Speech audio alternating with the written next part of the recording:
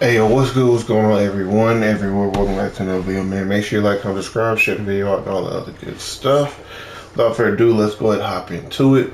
Now, I've been getting a lot of questions about the artifacts in regards to Ebon's artifact, Ebon's Untethered Shadow, and Lernaea's Amulet. Okay, should you use one over the other? Should you use both of them together? What should you be using? How much damage are you looking to do with them separately, with them together, and essentially what all is it about?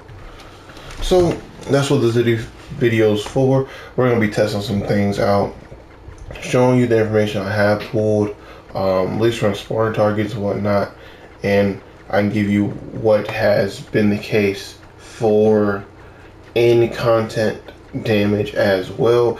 I have tested for those too, but yeah. Without further ado, let's hop into it. Now, if you don't know what these artifacts do, Ebon's Untethered Shadow is one of the new ones that did drop with the Shock to the System DLC. My goodness, y'all. Excuse me. And essentially, when you get up to rank 200, it would increase your might by 30% and pretty much increase the power cost of your abilities by 5%. With each power that you use, so essentially it can go up to like 50%, which can be pretty hefty. Keep that in mind, y'all. Now with these shady loan stacks that you are accumulating, if you were to use your finisher for whatever reason, you could get a 30% damage reduction, which could help when you're pairing it with Lernaea's Amulet. Since Lernaea's Amulet, instead of power, you have to expend health instead of power. Which, if you are wondering, does Ebon's Untethered Shadow make Lernaea's Amulet essentially hit you harder or kill you faster? Yes it does. So keep that in mind as well. And to answer some people's question, should you use both of them together? Should you use one or the other? It is warranted using both of them together. I haven't said already in other videos, I'm going to say it right now. It is best if you are using it for AoE ad clear. Hallway fights, getting to the boss fights, and only multiple targeted bosses. Okay, if you're not going to use your 35%er, then this works best to use Ebon's Untethered Shadow and Lernaea's Amulet as well. Okay, now if you're not,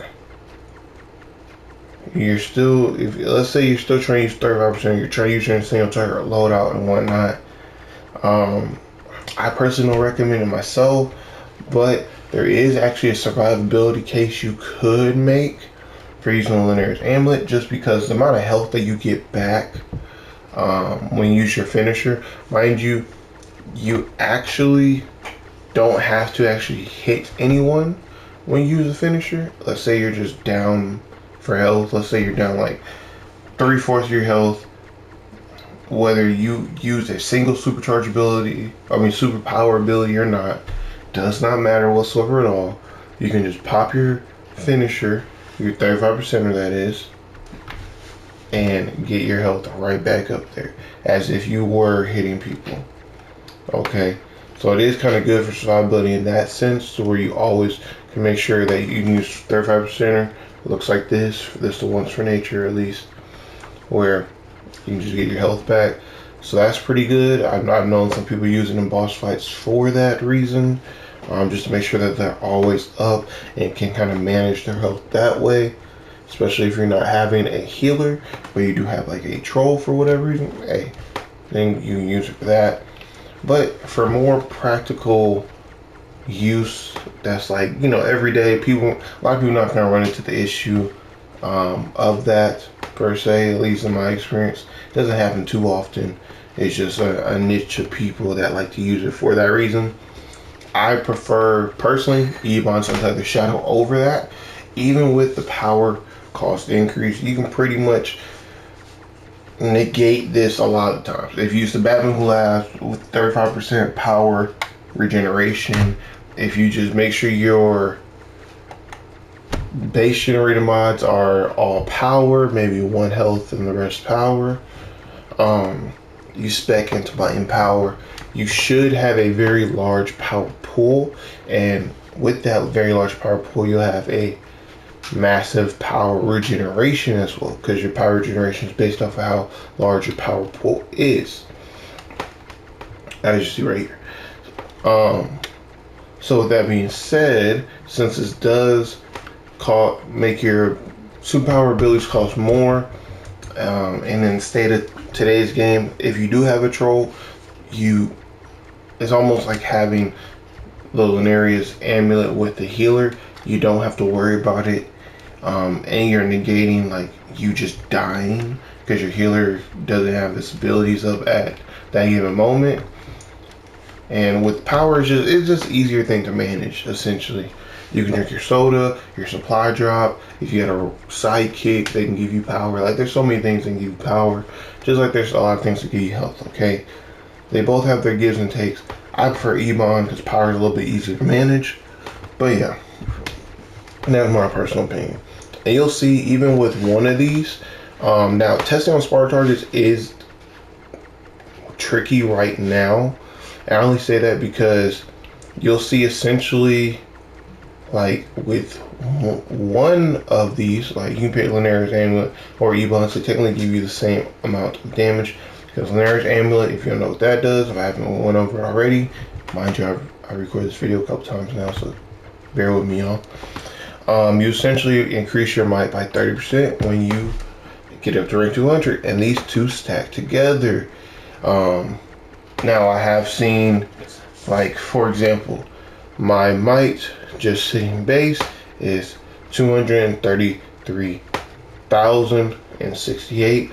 But if I was to get up to the all 10 stacks, let's go ahead and test that out. It is going to be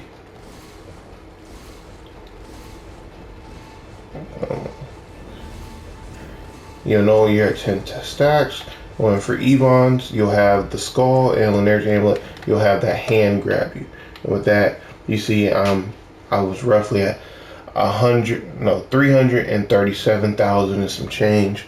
So yeah, in content with content buffs, that's gonna put me over 350. If I'm having my buff cola here, now this is just Dark Knight 1, so it's not even recent. I can even use like Sins of Black Adam, or even the more recent one. Okay, so there's take my inventory like that. But yeah, if there's buff codes you can use, compound omegas, etc. Plus that's without a buff troll. So with the buff troll, you can imagine you're gonna get a lot higher based on your health. So it's a lot higher you can get to. But as far as the damage, you can use something like this. I'm gonna use Savage Growth for testing purposes, since it's just a burst damage. Now we're not gonna have to worry about the poison PI effect, because poison only comes from Serpent Call, not Voracious Plants, which also takes advantage of the poison PI effect. Okay, so now do keep in mind that I do have max damage, my escalated might, and stuff like that in my, and even Penetrating Strikes as my mod setup. But these are pretty standard. These are pretty much baseline mods that everyone's going to have, so I don't really count them overly. Now let me get out of combat real quick and get my health back so I can drink this soda to actually use an ability when we get up to those max 10 stacks for both Lernaea's Amulet and Ebon's Untethered Shadow. And if you want essentially the gist of it, from my testing, when you use both beasts together, you essentially get over 100% damage increase. So it's pretty much over double damage that you're gonna do. It's pretty nice. Definitely usable. I thought of it more essentially like Berserk, where you kind of have the chance to do double damage and whatnot. It's essentially what you're doing. Because sometimes with these Spartan targets, stuff doesn't always hit consistently, especially with Savage Growth. You'll see what I'm talking about here in a sec though. Now as far as both of them, we're gonna hit one Savage Growth first to start it off. Now, keep in mind, since I will be a little bit skewed, since we do have our white mods and whatnot kicking in, as well as the initial might buff that we're getting at 3% from both, 6%. It'll just be slightly higher than normal. But technically, if I hit an ability as I get knocked out, you'll hit the baseline. So there's that. So I'm gonna show you. Let's hit one. As you see, we're in like 46 to 48,000 there. Let's wait for the animation once we get all our stacks up. Now we have that. Let's drink a soda. And as you see, it's kind of only hitting in that 60s. It only gives like a 20,000 damage increase. Now, mind you, that is kind of weird and wrong, essentially, because it should, actually, that's more of a base on that 47,000. It actually should, in my previous testing, would actually give us over 100% damage increase. So it would be in the baseline without everything else, with no supercharge pop. It'd actually be, what was it? It was like 89,000 and some change. So it's almost 90,000 right there. Just baseline damage. For one enemy, it hit over 100,000 baseline, no crit whatsoever at all on another target, and then the other one critted for over 240,000. So you can definitely hit very hard with it, but like I'm saying, how the current stuff is set up with the spawn targets, it is fairly inconsistent. And you also got to keep in mind that your stacks of the might buff from these two artifacts drop off pretty quickly. You do have only 6 seconds for you to take advantage of the stacks before it just falls off completely. So as you see right now, I'm still at 233,068, so I'm back at my baseline. And if we were to test it again, which sometimes you have to do this multiple times, more times than not, you will actually do more than double damage, but sometimes you only see this like only 20,000 damage increase, which is very strange.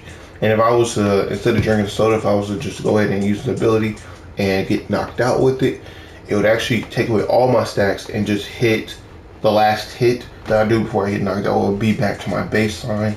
So I'll show you right here. This is 47,000. Essentially, I count all the way up to 10.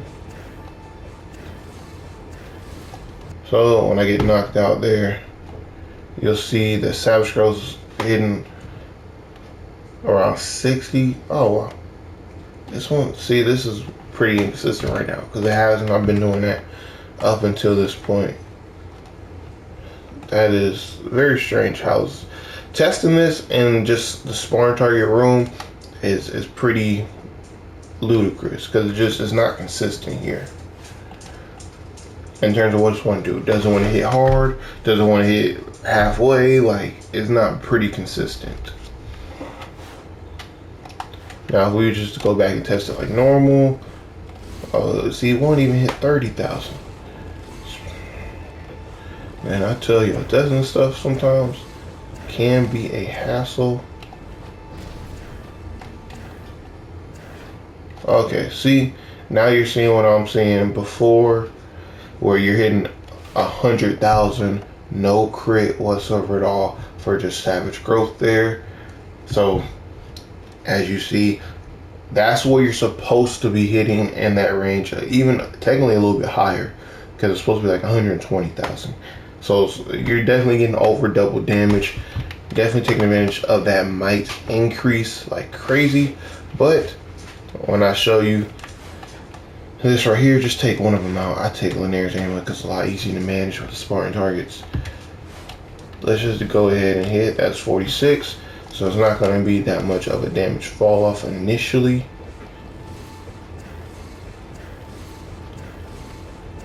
Okay.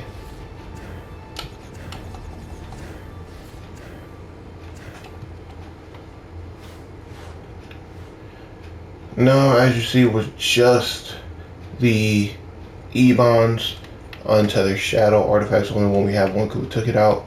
Took out Lernaea's Amulet for Sharp Soul Cloak, since that doesn't really do anything for us. It even decreases our might at a base level. So as you see, we're at 229,016. But as you see, the first hit I did when I had all 10 stacks, that 30% might increase, we hit that 90, it was 86,000 with the triple sixes at the end. So essentially, almost up to that 90,000 right there, like I was saying before, for just one of these artifacts. Then when you had an additional artifact, that's pretty much an additional, roughly, it can be like a 30,000 hit increase, but it can also be just a 10,000 increase. So it's very weird and tricky how the RNG does play with certain burst abilities like Savage Growth. Savage Growth used to be a lot more consistent, mind you. But yeah, you are seeing kind of the damage that you are going to be looking at, especially when you're able to crit just something like Savage Growth, which is one of nature's hardest hitting abilities. Savage Growth is, if I'm not mistaken, the same damage that you can hit with like Electro Burst for electricity. You can hit, oh, what is it? I'm trying to think off the top of my head. It escapes me at the moment, but if I remember it later on when I post the video, then I'll go ahead and put it in the either the description or the comment section down below, okay? But all the different abilities that are similar to Savage Growth are essentially like Electro Burst and other ones that are essentially even like the ones like Sonic Cry, but Sonic Cry is like the weaker version of all of them that you can get in your actual power set powers. So keep that in mind. Yeah, some of y'all know what I'm talking about. Anyone that's a burst one for like 3 to 6 seconds, 300 power cost, is normally like a 360 burst power, especially the healer powers have most of them. But yeah, I know sorcery has one, electricity has one, nature has one. Depending, sometimes like the shark bomb from water can even hit in the same general range, but sometimes it's a lot lower than Savage Growth and whatnot. Actually hit harder for you, so there's that. But yeah, some of y'all know what I'm talking about, okay? So I'm just gonna leave it at that because I ain't gonna stress the videos out too much with that. But oh, and for those who want to see just Lernaea's Amulet, let's go ahead and throw that in there just so we get the same damage increase that we were getting before. So with 46s, let's go all the way up to 10. We got that, we got the drink so we don't just drop.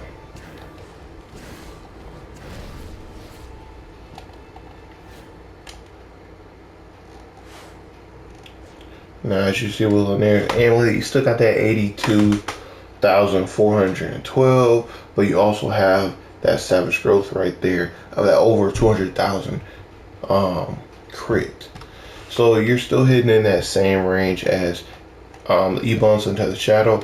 Now, based off of that one test, right, you think Ebon's Untethered Shadow does more damage.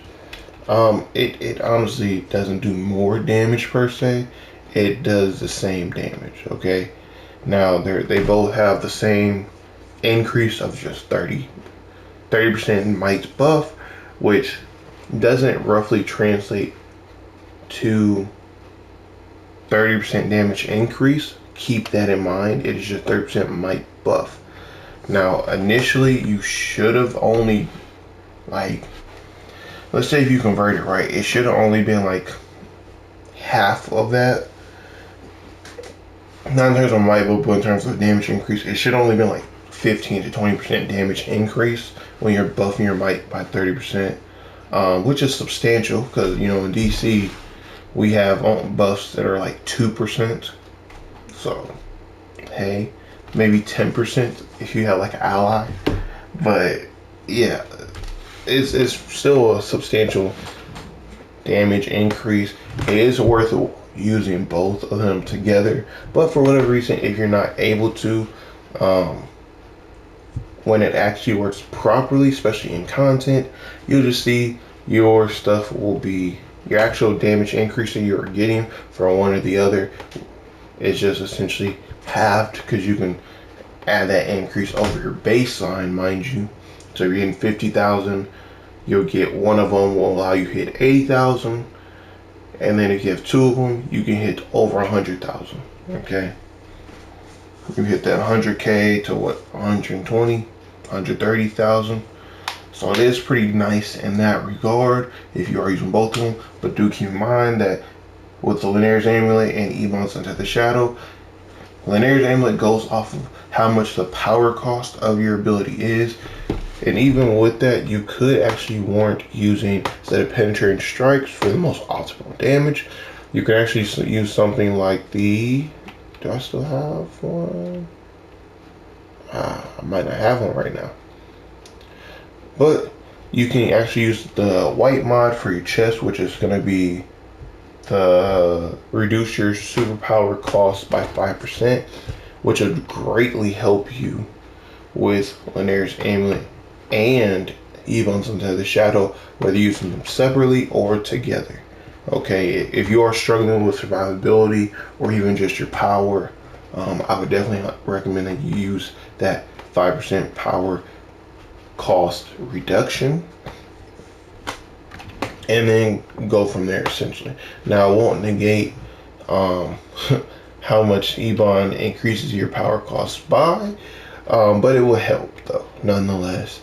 And the same with Lernaea's Amulet, it won't negate how much you are losing that much, because you can still get yourself knocked out pretty quickly if you just spam your abilities out and you don't have a healer. So keep that in mind, but nonetheless, it does help. It will just be that much less each and every time, which can add up over time. Okay, especially if you are having survivability issues with Lernaea's Amulet, and if you are having power issues with Ebon's Untethered Shadow. So definitely keep that in mind.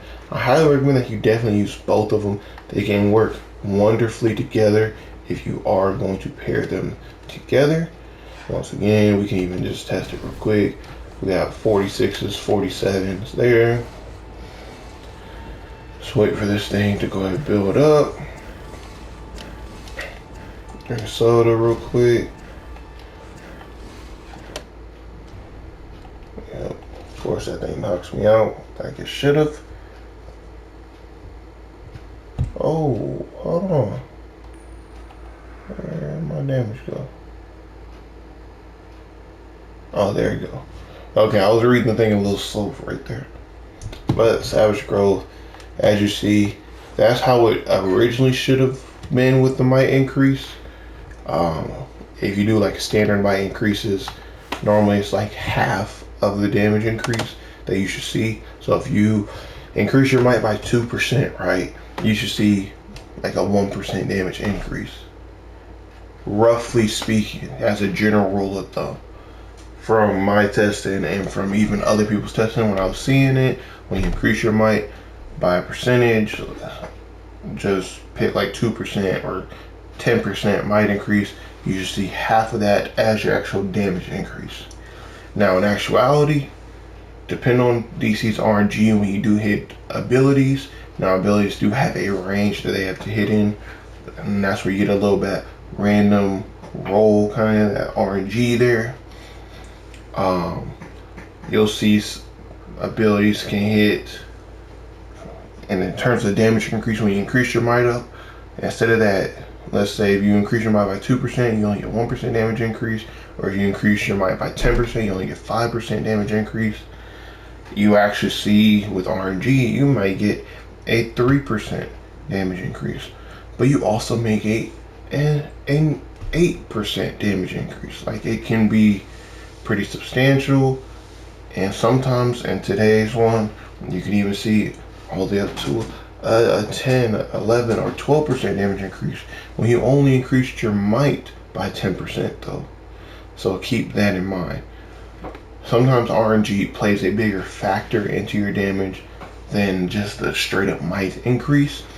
Straight up might increases don't always fare the best if we are talking about just flat out might increase. It's good to do, but keep in mind it's not the most consistent. One, because of RNG, and two, because with these sparring targets, it's absolutely horrible. I'm not gonna front. I don't know why it hits horribly with the sparring targets, but it just does. Okay.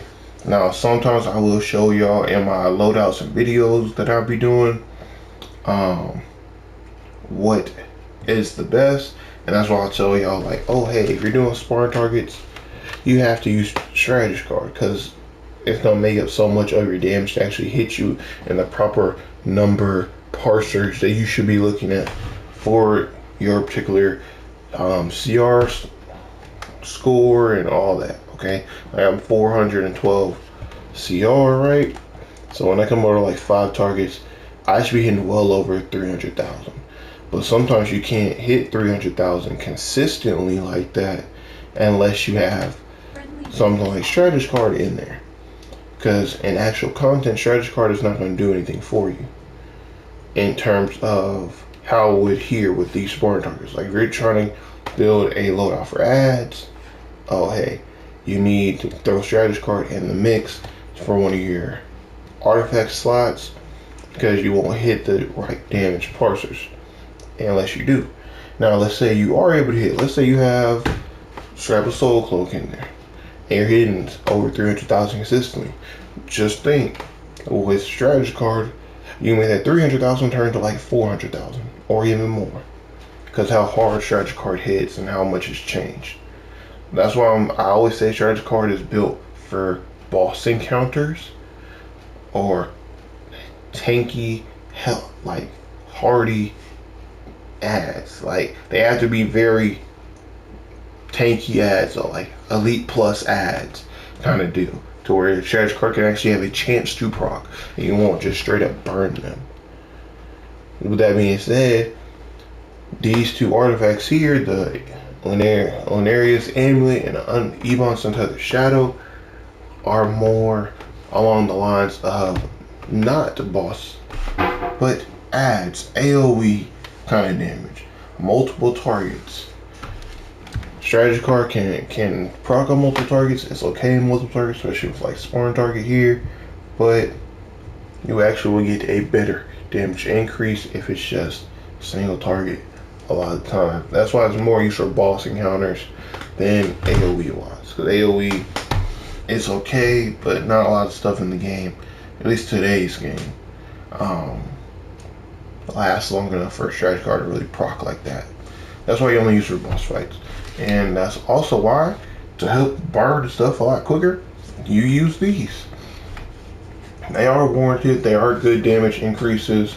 The 30% might increase can equivalent to 30% damage increase, so do keep that in mind, depending on how your luck is rolling there for RNG, for you to be hitting. You already saw, if you pair both of them together, you're gonna hit over 100k. And my testing, I was even hit higher than just that, 100,000, 101,000 that we were hitting in some change. I was able to hit like over 120,000. They was like 124,000 at one point. So that should show you that both these together can give you a substantial damage increase, but it does come with its fair share of drawbacks.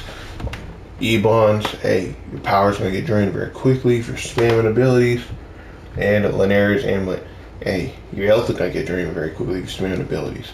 That's why, especially with abilities like these, it is kind of better to use channel abilities. Now, what do I mean by channel abilities?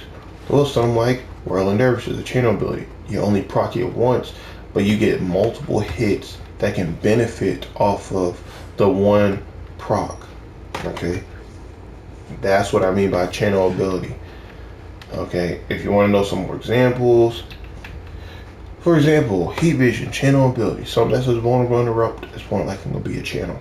Okay, something that does multiple hits, like Vortex Trap, Channel Ability, Veiling Thorns. Now this is a channel ability, but it is a finisher channel ability, aka a 35%er. So because of that, we actually don't want to use something like that, because it'll take away all of our stacks and wipe us back to our baseline might level. So you kind of not going to be having that damage increase there. But if you want more actual channel abilities, Sonic Shout, Freezing Breath, like I said, Heat Vision, they're all channel abilities. And depending on what power set and move set you are in, will determine what other channel abilities are there. But y'all kind of get the gist. It's just something that you can pretty much do multiple ticks with by only using one, like, power cost. So just one time, one and done. You only have to deal one of those damaging numbers to you, and that's it. But yeah, if you found this video informative or helpful in any particular way, make sure you leave a like, comment down below. Like and comment down below. Goodness, I can't speak, y'all. Excuse me. But yeah, make sure you like the video, make sure you comment, make sure you share it out to let people know and whatnot. And without further ado, stay tuned in for the giveaway that we are having real soon, as well as if I haven't already posted the giveaway, that is.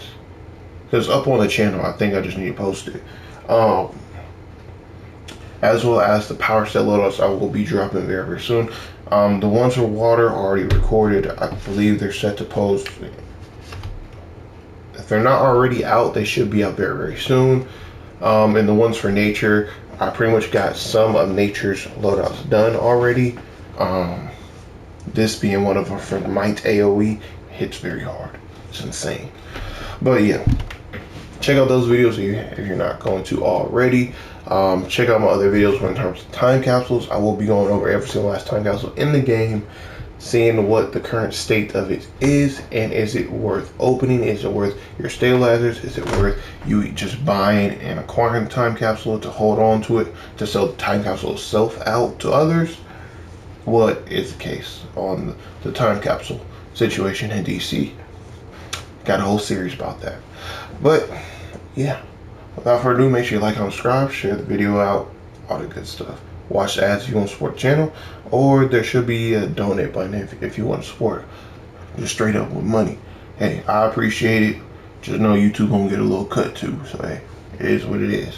Without further ado, peace and shalom.